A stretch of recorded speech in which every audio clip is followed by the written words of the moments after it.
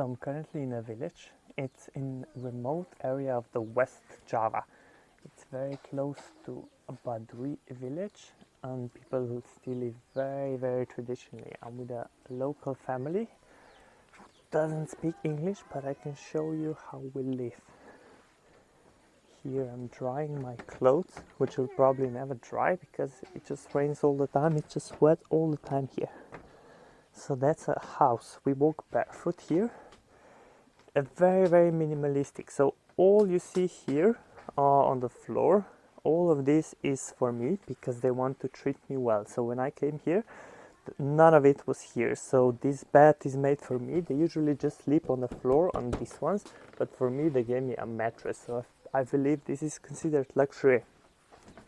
That's a wild honey from the wild bees. When I first tried it, I just thought it's gonna tastes like really good honey, but actually it doesn't. It tastes completely different, like just a unique, outstanding taste. And that's the kitchen. So a fire, and that's it. That's pretty much the whole house. Very simple. That's how they live. There's no electricity or water, although they have this little lamp on a battery, I believe, or something. And yeah, back there in the different house is a bathroom, which is basically a hole in the ground and then a bucket of rainwater for shower. So really like cool, pristine experience. So my guide is currently taking me on a trip to some wood bridge or something. He's also my host. We'll walk past like thick, like real jungle.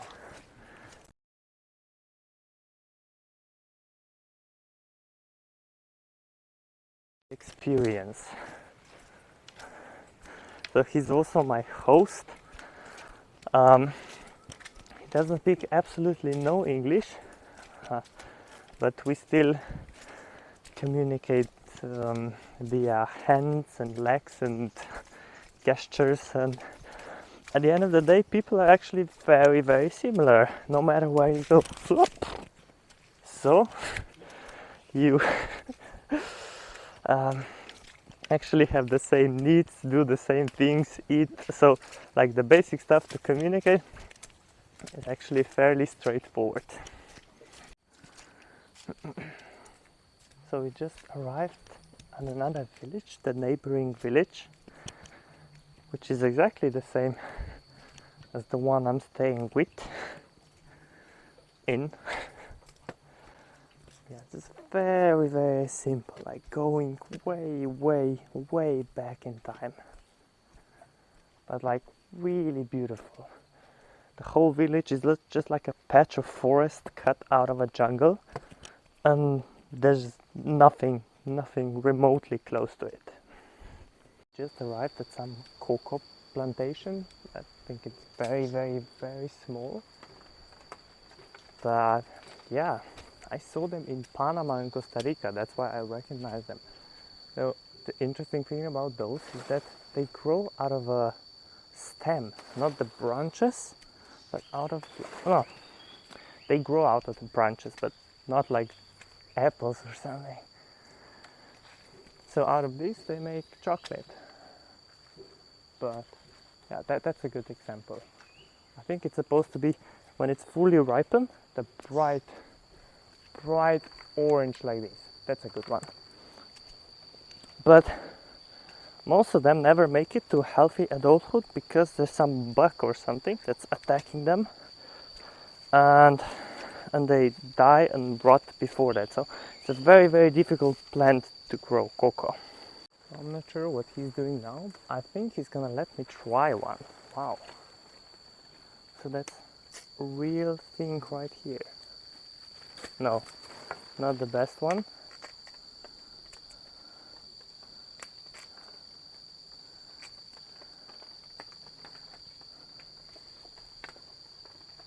Is that okay? Yeah. Yeah? Yeah. Okay, we're gonna try the real thing. Cocoa. Cocoa. Chocolate. It's chocolate, but when it's raw fruit, it doesn't taste at all like cocoa. It tastes like really tropical fruity. And you eat this meat out of the seeds, you can, and it's like really good, tropical, sweety, soury. But the seeds that I just spat out, you dry and ferment, and then you make chocolate out of this. I've never seen them here in Southeast Asia. Very cool. We just arrived at another village where they grow rice apparently. And so here's another patch of cut jungle, and as much as the the view goes behind, just pure jungle. No cities, no nothing.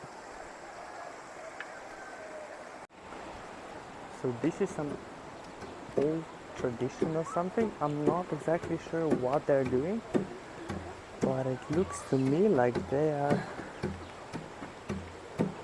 probably separating the rice from its shells. They're working in a rhythm. Hear that? Really outstanding. Another village here. We're walking through this very difficult slippery terrain. That's why I'm sweaty.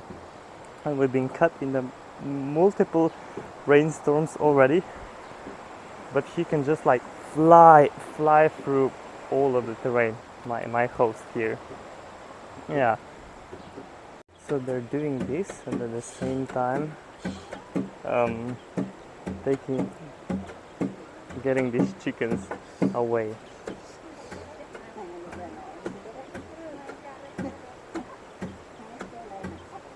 It's probably pretty labor-intensive work.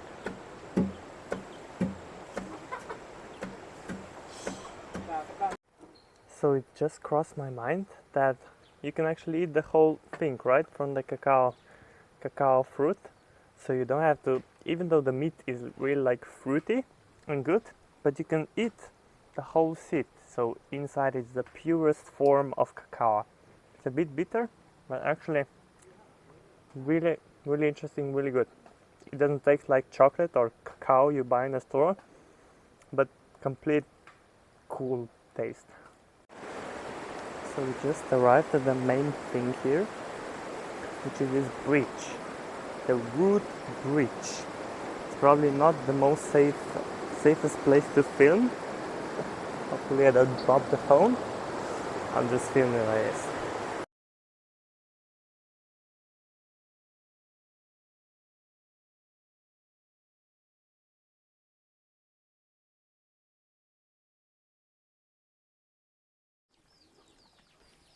So if you're wondering, what am I even doing here, or how I got here, because this place is so remote, you can't find it, or no map and nothing.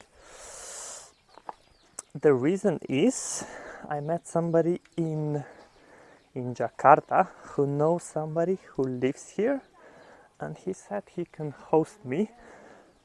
And of course I said yes, because this is just a very unique experience. Yeah, people here look very cool.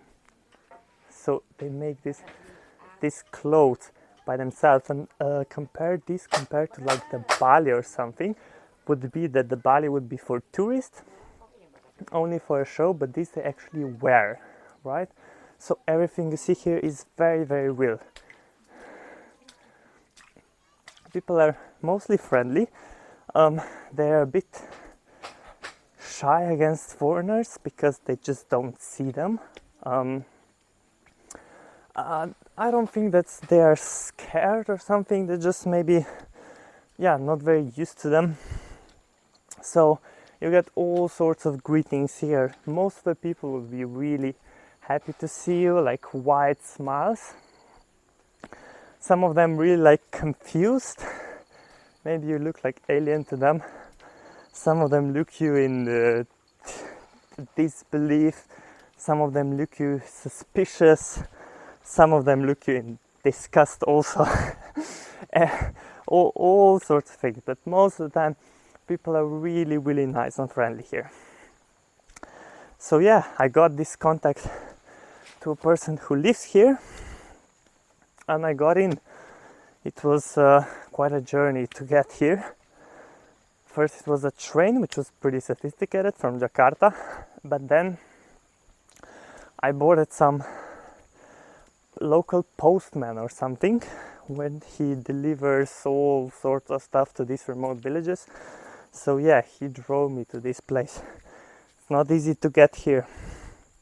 So I'm staying here for 3 nights, so this today will be my last one. And I basically agreed, as far as I can understand, because we don't really speak the same language. There's no real connection, so we can't really use Google Translate, nor do people even write or read here. So it wouldn't be any of use anyway, because nobody here goes to school. But my host actually learned how to read and write a little bit. He learned by himself, which is pretty impressive. So whenever we do get connection, we communicate trying to use Google Translate as much as we can, right? There's so much I would like to ask them that I just can't. Yeah, so as far as I can understand, I'm paying him 100,000 Indonesian rupiah or whatever for 1 night, plus 100,000 for a day of exploring. So for 3 nights and 2 days, I'm supposed to pay him 500, half a million of Indonesian, which is only about 30 euros. Not a lot of money for us, but a hell lot of money here. So it's very, very much worth it for the money, the uniqueness and the great experience I get. It's totally worth it. And now I'm walking to a viewpoint, not because I haven't been here before or because it's a nice view, although it is, but because here there is connection and I can be connected to the outside world, even though it was quite a blessing actually, being completely isolated from everything. No data, no Wi-Fi, no nothing. Yeah, but every once in a while it's still good to go connected and to see what's going on and everything. So yeah, I'm here. If it's not for the connection, it's for the gorgeous view. Really, really nice places here. That night we ate some traditional food, after which we got some signals so we could have the deepest conversation we could possibly have via Google Translate. I explained my gratitude to them and paid them for my stay, plus the extra 100,000 for just because they're nice people. They were very grateful and offered me to wake up early next day, to wake up with me and take me on a bus, which is at 6 a.m. So it turned out they woke up before me to cook me a big amazing breakfast, which was obviously well appreciated.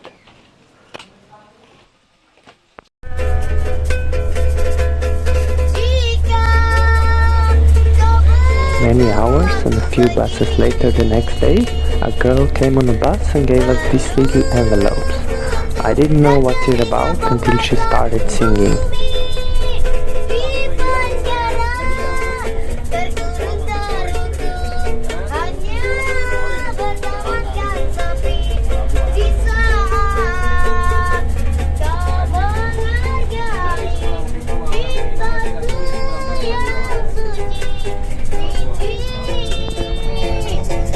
I normally don't do that, but since I enjoyed it, I paid her some money and listened.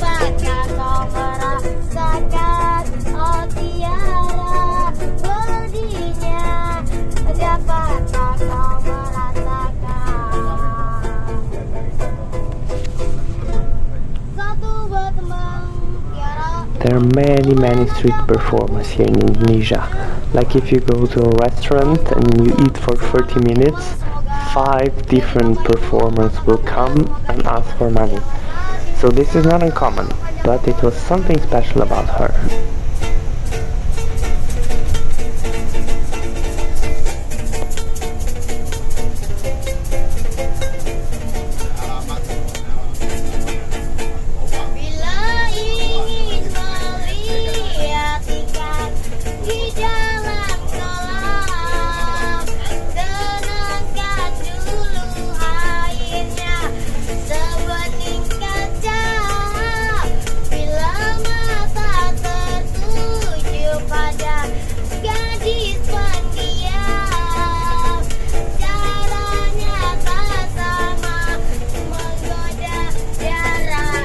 As she kept singing and I kept enjoying it, I decided to pay her some more money and enjoy it.